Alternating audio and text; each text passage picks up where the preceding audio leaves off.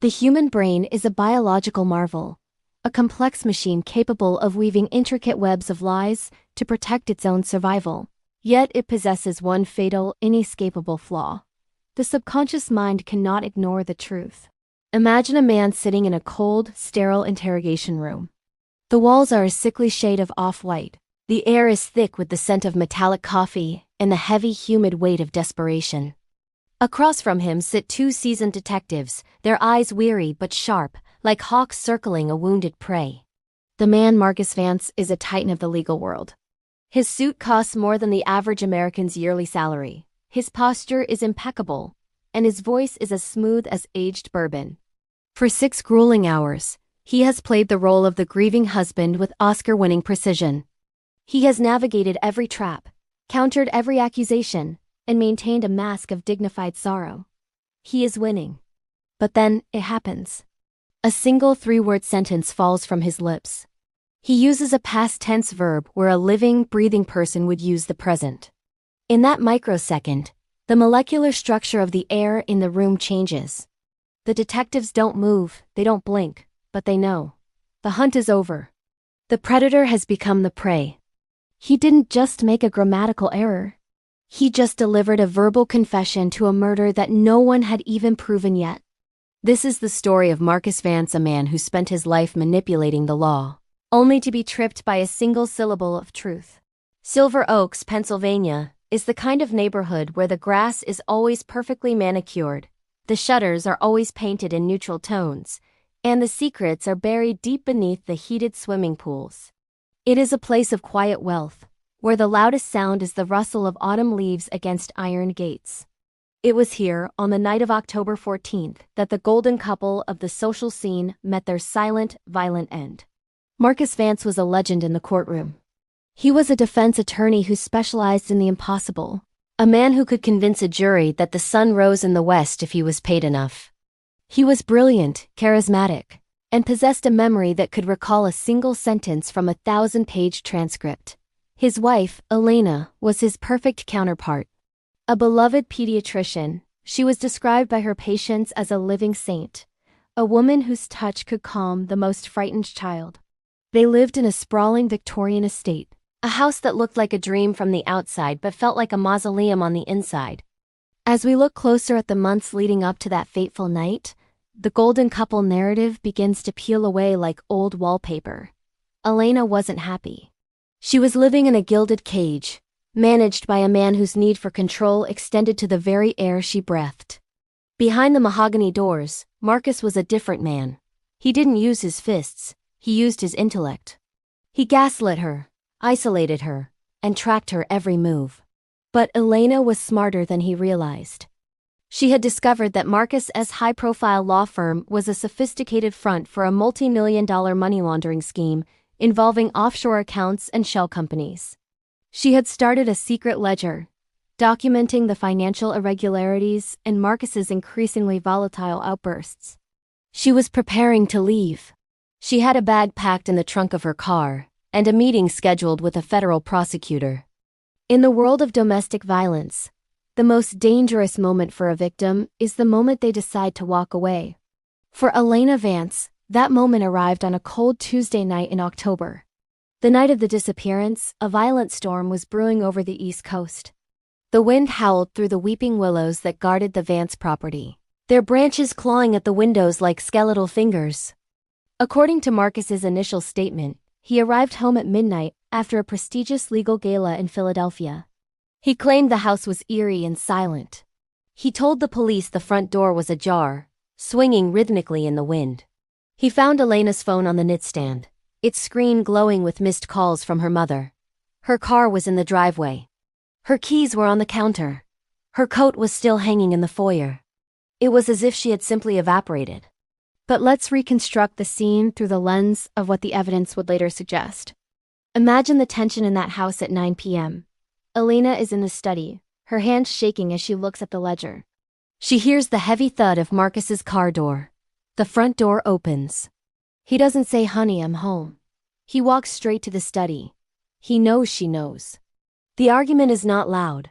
It is a hissed exchange of threats and cold realizations. Marcus realizes that his reputation, his wealth, and his very freedom are tied to the documents in Elena's hands. The struggle is brief but intimate. There is no gun, no knife. It is a crime of proximity. Marcus uses the strength of his hands, the same hands that shook the hands of senators, to silence the only person who could destroy him. As the life fades from Elena's eyes, the legal mind of Marcus Vance doesn't panic. It goes into overdrive. He views the body not as a tragedy but as a piece of evidence that needs to be suppressed. He spends the next 4 hours in a trance of cold, calculated cleaning. He uses forensic-grade chemicals to eliminate any trace of DNA. He moves her body to the trunk of his Mercedes, driving through the winding back roads where the streetlights are sparse and the shadows are long. He returns, dishevels the house to make it look like a botched kidnapping, and calls the police at 12:15 a.m. When Detective Sarah Miller arrived at the scene, she immediately felt a prickle of intuition at the base of her neck. She had dealt with grieving husbands for 20 years, and Marcus Vance didn't fit the profile. He was too helpful. He was directing the forensic team, suggesting where they should look for fingerprints, and providing a list of suspicious characters Elena had encountered at the hospital. He was trying to control the narrative of the investigation just as he controlled his trials. The first few days were a stalemate. The house was surgically clean. The car had been detailed. There were no witnesses. Marcus had an alibi for the gala, but there was a 3-hour gap where no one could place him. He claimed he was driving around to clear his head, overwhelmed by the pressure of a high-stakes murder case he was defending. It was a classic lawyer's defense, a plausible truth wrapped in a layer of deception. Detective Miller knew she couldn't break him with physical evidence. She had to break his mind.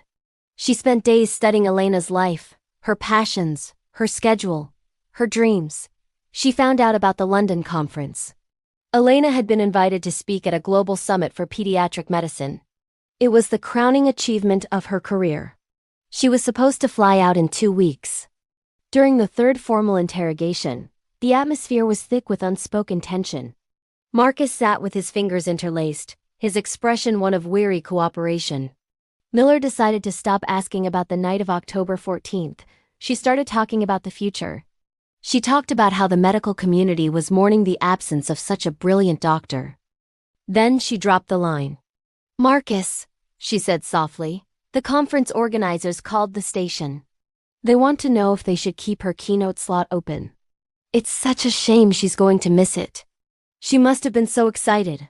Marcus leaned forward, his eyes filling with practiced tears. "She was," he whispered. "Elena loved that project. She was so proud of the work she had done for those children.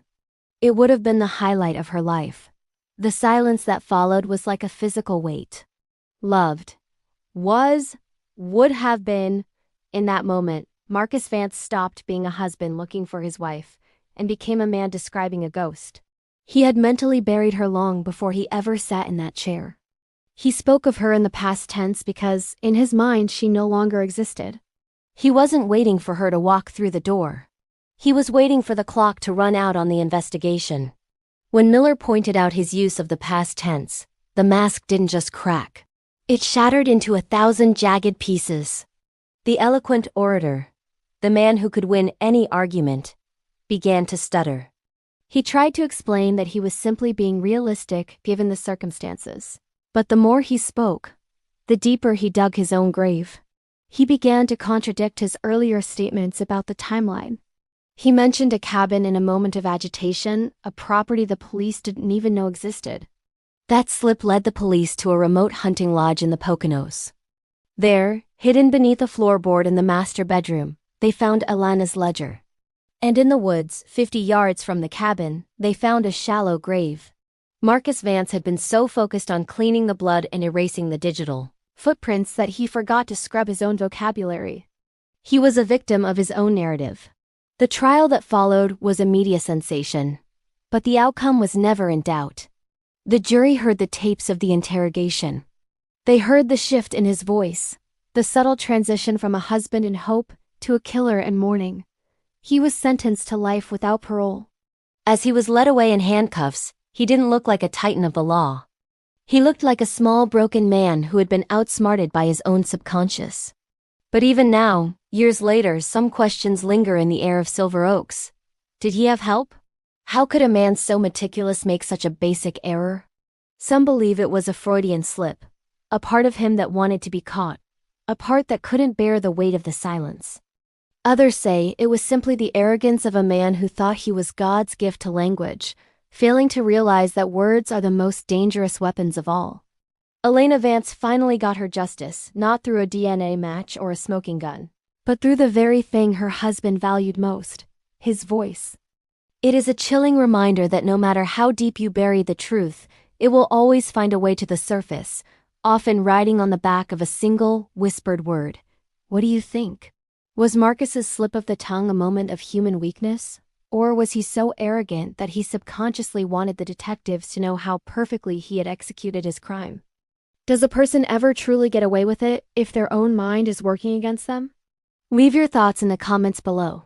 I want to hear your theories on this psychological breakdown. If you found this deep dive into the killer's psyche gripping, make sure to hit that like button and subscribe to Dark Case Files. We explore the darkest corners of the human heart and the mistakes that bring monsters to justice. Turn on the notification bell so you never miss a new file. Until next time, remember, the truth is always listening. Stay safe.